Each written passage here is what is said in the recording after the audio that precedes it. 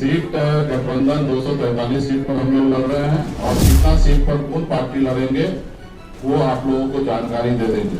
सब चीज का जो जानकारी है हम लोग गठबंधन के प्लेटफॉर्म से देंगे कि बिहार में हमारी ताकत क्या है, हमारे विचार क्या है, बिहार में हम लोग सरकार बनाने के लिए आ रहे हैं। नमस्कार, आप देख रहे हैं देशवा न्यूज और मैं हूं आपके साथ वैष्णवी। बिहार विधानसभा का चुनाव जैसे जैसे नजदीक आते जा रहा है वैसे वैसे सभी पार्टी अपने आप को मजबूत बनाने में लगी हुई है। बात करें मुकेश सहनी की पार्टी वीआईपी की, तो वीआईपी में हजारों की संख्या में लोग जो है लगातार शामिल हो रहे हैं। इससे पहले हमने आपको बताया था कि जदयू से कई लोग जो है शामिल हो चुके हैं। मुख्यमंत्री नीतीश कुमार का दामन छोड़कर वीआईपी के साथ आ चुके। कई सारे चिकित्सकों ने भी इस पार्टी को अब ज्वाइन कर लिया और अब आगे की रणनीति यह है कि खगड़िया से भी पार्टी को मजबूत किया जाए और ऐसे में खगड़िया से हजारों लोगों ने इस पार्टी को ज्वाइन किया है, जिसमें अनिल कुमार सिंह भी मुख्य रूप से शामिल है। आपको बता दें कि मुकेश सहनी में इस दौरान महागठबंधन के अंदर क्या कुछ चल रहा है, कितनी सीटें किसे मिलेगी, मुख्यमंत्री कौन होगा, डिप्टी सीएम कौन होगा, फेस कौन होगा, इन सब के बारे में बताते हुए नजर आए। सबसे पहले आप मुकेश सहनी का बयान सुने। आज मिलन समारोह में विशेष तौर पे श्री अनिल कुमार सिंह जी कुशवाहा जी को धन्यवाद देता हूँ।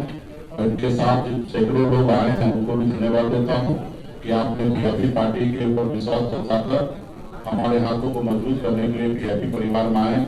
इसके लिए सभी को तहे दिल से धन्यवाद देता हूँ।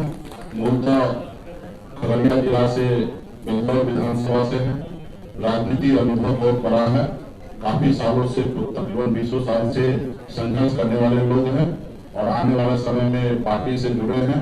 पार्टी के विचार को लेकर खगड़िया में कैसे पार्टी मजबूत हो, कैसे क्षेत्र में बेलदौर मजबूत हो, इसके लिए काम करेंगे। इसके लिए मैं इनके और उनके सारे साथी को बहुत बहुत धन्यवाद देता हूँ। आप लोगों को कुछ पूछना है?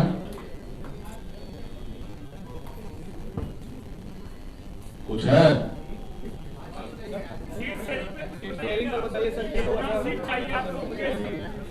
सीट गठबंधन 243 सीट पर हम लोग लड़ रहे हैं और सीट शेयरिंग का भी हम लोग इंटरनल बैठक कर रहे हैं, लगातार बैठक कर रहे हैं।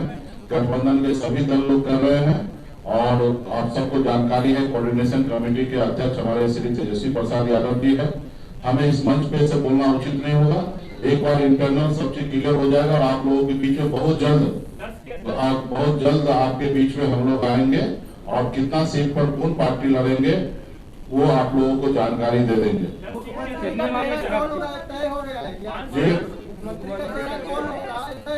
इस सब चीज का जो भी आप सवाल कर रहे हैं, मुख्यमंत्री कौन होंगे, डिप्टी सीएम कौन होंगे, कितना सीट पर कौन पार्टी लड़ेंगे, कहां से लड़ेंगे, इस सब चीज का जो जानकारी है हम लोग गठबंधन के प्लेटफॉर्म से देंगे।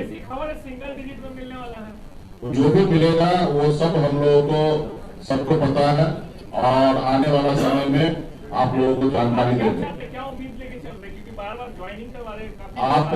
आप उम्मीद भी जो भी लेके चले गठबंधन के बीच में रखें अपनी बात को, वहां से सब चीज क्लियर होगा। आपको पता है कि बिहार में हमारी ताकत क्या है, हमारे विचार क्या है, बिहार में हम लोग सरकार बनाने के लिए आ रहे हैं।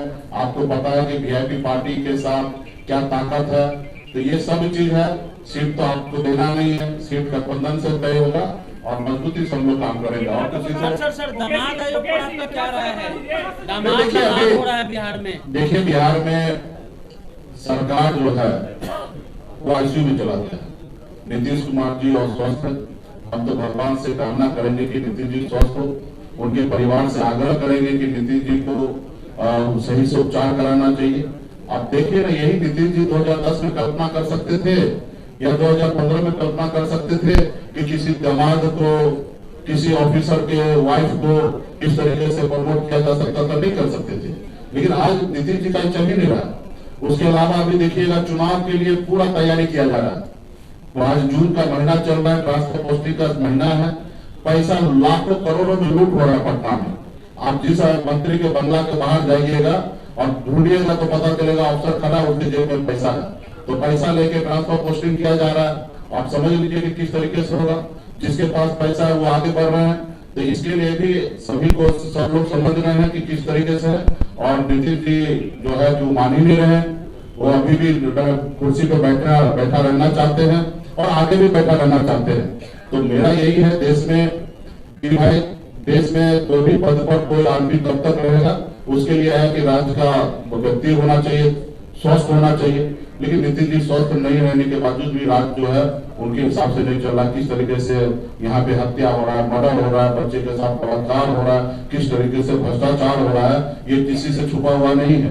किस तरीके से सरकार का पैसा किस कोई पार्टी अपने प्रचार करने के लिए, अपने वाहवाही करने के लिए 1-2 रुपया नहीं, सैकड़ों करोड़ रुपया खर्च किया जा रहा है। इससे पहले भी यूपीए के सरकार के समय में आप देखते होंगे कि इस तरीके का घोषणा जो होता था वो दिल्ली से वहां से बटन दबा के कर दिया जाता था। लेकिन आज क्या किया जा रहा है, आज बिहार में आके बिहार के पैसा करोड़ों करोड़ रुपया पानी में बहा रहा है और बिहार के लिए नहीं सोचा जा रहा है। आज यही गुजरात है, 2014 में देखिएगा गुजरात का गरीबी दर देखिएगा तो 16% था, लेकिन आज बढ़कर कितना, अभी घट के कितना हुआ, 9% हो गया।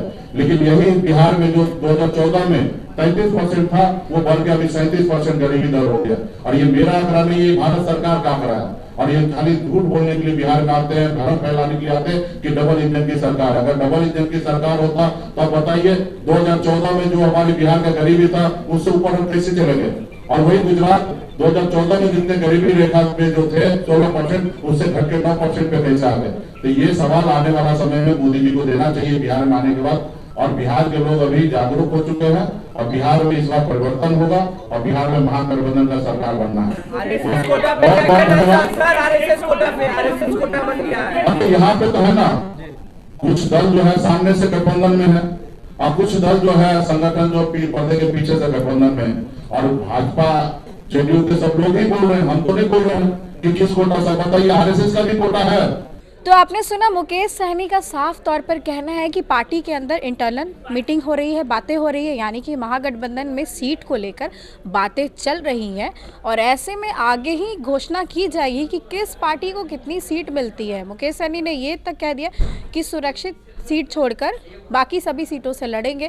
और ऐसा उन्होंने ये भी कहा है कि मुख्यमंत्री नीतीश कुमार की जो सरकार है वो कोमा में चली गई है। सीधे तौर पर मुख्यमंत्री नीतीश कुमार को कहते हैं कि कुर्सी छोड़ने को अपनी तैयार ही नहीं है, अपनी कुर्सी छोड़ना नहीं चाहते। और ऐसे में बिहार सरकार में करोड़ों रुपए की लूट चल रही है, करोड़ों रुपए ले करके ट्रांसफ़र पोस्टिंग किया जा रहा है। तो मुकेश सहनी एक तरफ सरकार पर हमला बोलते हुए नजर आ रहे हैं, वहीं दूसरी तरफ अपनी पार्टी को भी मजबूत कर रहे हैं और दावा यही है कि इस बार महागठबंधन की जीत होगी और 243 सीटों पर बिहार विधानसभा का चुनाव लड़ेंगे।